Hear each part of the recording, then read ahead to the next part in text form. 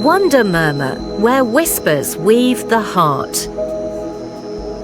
Hello, little hearts. A new whisper begins. In a village nestled among rolling green hills and whispered secrets of old, a girl named Karen lived. Her eyes, the color of wet stones after a spring rain, held a curiosity so vast it seemed to fill the small, cozy cottage she shared with her mother. Their life was simple, woven from threads of love and contentment. Karen's world was a patchwork quilt of her mother's gentle smiles. The earthy smell of the hearth and the rhythmic tap, tap, tap of her own wooden clogs on the cobblestone path. But the clogs were an old ache, splintered and tight, a constant reminder of their humble means. They hurt her feet with every step, a dull, throbbing pain that gnawed at her joy. One day, her mother, whose face had grown as pale as parchment, asked her to go to the market for medicine. The weight of this errand felt heavy in Karen's small hands. On the way, tucked within a cluster of wildflowers by the roadside, lay a box. It wasn't just a box. It was a promise. Inside, nestled on a bed of faded velvet, were shoes. Not just any shoes, but a pair of brilliant red shoes, shimmering with an inner light, as if woven from stardust and the first flush of dawn. They were a vivid, rebellious splash of color in her grey world. Karen's heart beat a frantic rhythm. She saw not shoes, but a reflection of a life she could only dream of. A life of brilliance and effortless grace. A life without splinters and pain. She scooped up the box and clutched it to her chest.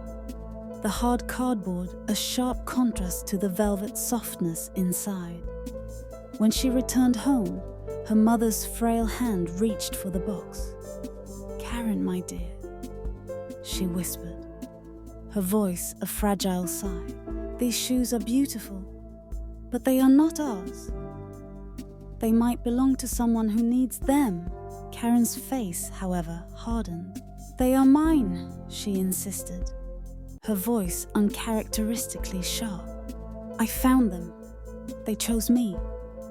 She hid the shoes away, the guilt a small bitter seed growing in her heart, watered by her stubbornness. Weeks turned into a quiet storm. Her mother's cough, once a simple punctuation, became a final fading note. One evening, Karen found her mother's bed empty. Her gaze drifted to the sky, now a deep velvet scattered with bright lights. One star, brighter and more gentle than all the others, seemed to twinkle just for her. It was then she understood. Her mother was now a star, shining down on her from a place she couldn't reach. The next day, her mother's funeral was a somber tableau of dark suits and quiet whispers. But Karen's shoes and shoes were not quiet. She had secretly put on the red shoes, their brilliant hue a shocking contrast to the mourning clothes of everyone around her. The whispers were no longer about her mother, but about her, the little girl in the dancing red shoes. As she stood, a kind elderly woman with eyes as warm as hot cocoa approached her. "My dear, you look lost," she said, taking Karen's hand. The woman, who had lost her own family, offered Karen a home, a new life. Karen accepted, clinging to this new hope, but her heart remained stubbornly wrapped in the red shoes. The old woman, Ahataz, was a beacon of unconditional love. She bought Karen new clothes, new toys, and cooked nourishing meals. But Karen was a willful sapling, bending only to her own will. She refused to wear the new, sensible clothes, only the red shoes. The food, prepared with such care, she merely picked at.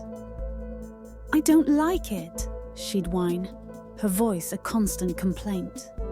The old woman's kind smile often hid a shadow of sadness, and with each passing day, her hands, once so strong and quick, seemed to grow tired and slow. Years went by. Karen grew taller, but her heart remained small. The red shoes, once a perfect fit, were now painfully tight. She saw a new pair in a shop window, just as red, just as brilliant. She tugged at the old woman's arm. "I must have them," she declared.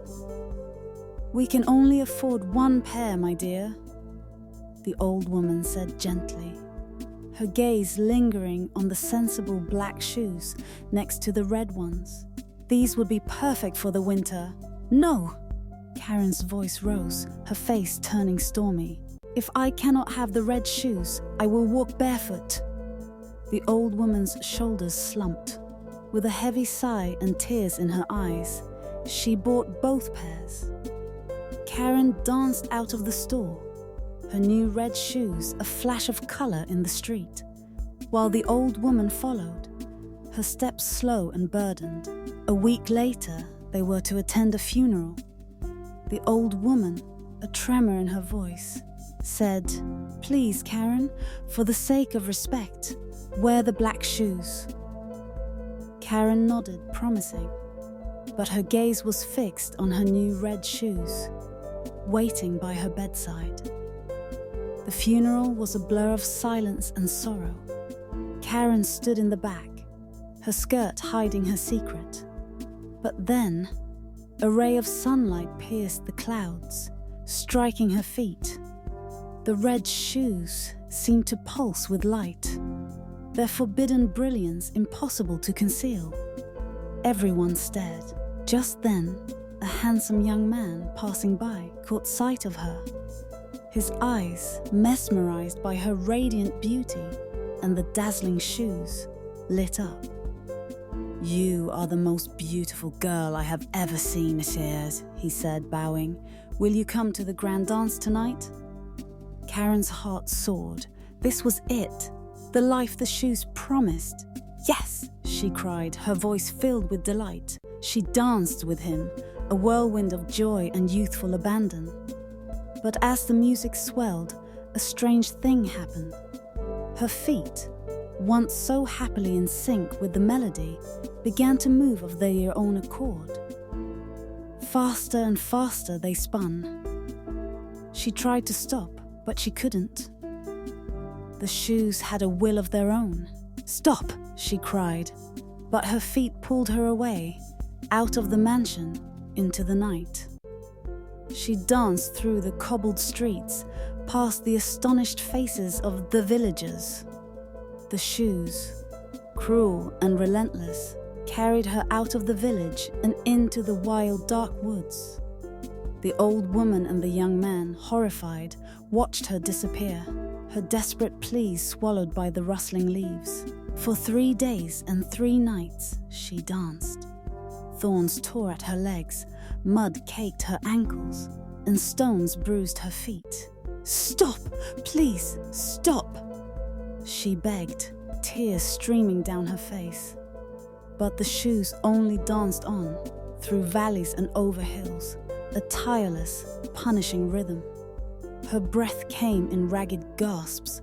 Her body screamed in protest. But the shoes would not listen. They were a living torment, a physical manifestation of her unchecked stubbornness. Her desires, once a source of joy, were now her prison.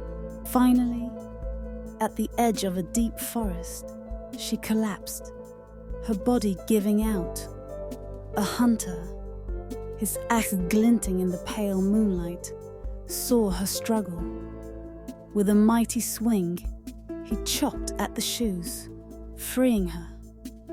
Karen's feet, bruised and bleeding, were finally her own again. The shoes, however, did not stop. They danced away, a phantom echo of her vanity, and disappeared into the gloom.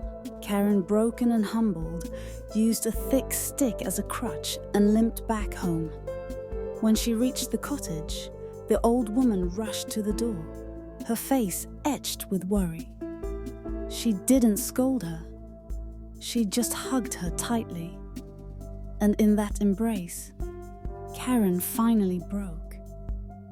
She cried for her mother, for the old woman's kindness she had so thoughtlessly rejected, and for the stubbornness that had nearly destroyed her. "I'm so sorry," she sobbed. "I understand now. The shoes, they punished me for what I was." The old woman, her voice thick with emotion, said, "It is not the shoes that punish us, my dear, but the choices we make when we wear them." From that day forward, Karen was a different person. She listened to the old woman's wisdom. She helped with the chores without complaint, and she cherished every simple meal. She no longer thought about the red shoes. She had learned that a beautiful life was not found in what one wore, but in the love and respect one gave to others. Her heart, once so hard and closed, was now open, beautiful and true. A few days later, there was a knock on the door. It was the young man from the dance. He told her he had been searching for her everywhere, not because of her beauty, but because of the terror in her eyes, a terror he felt he had to save her from. Karen, her heart swelling with gratitude and affection, walked with him to the beautiful dance. And as they danced, she realized that the true music of life was not a grand tune, but the simple, gentle rhythm of a loving heart. She had found a beauty far greater than any pair of shoes could ever hold. Wonder murmur, the story departs, yet the whisper imparts.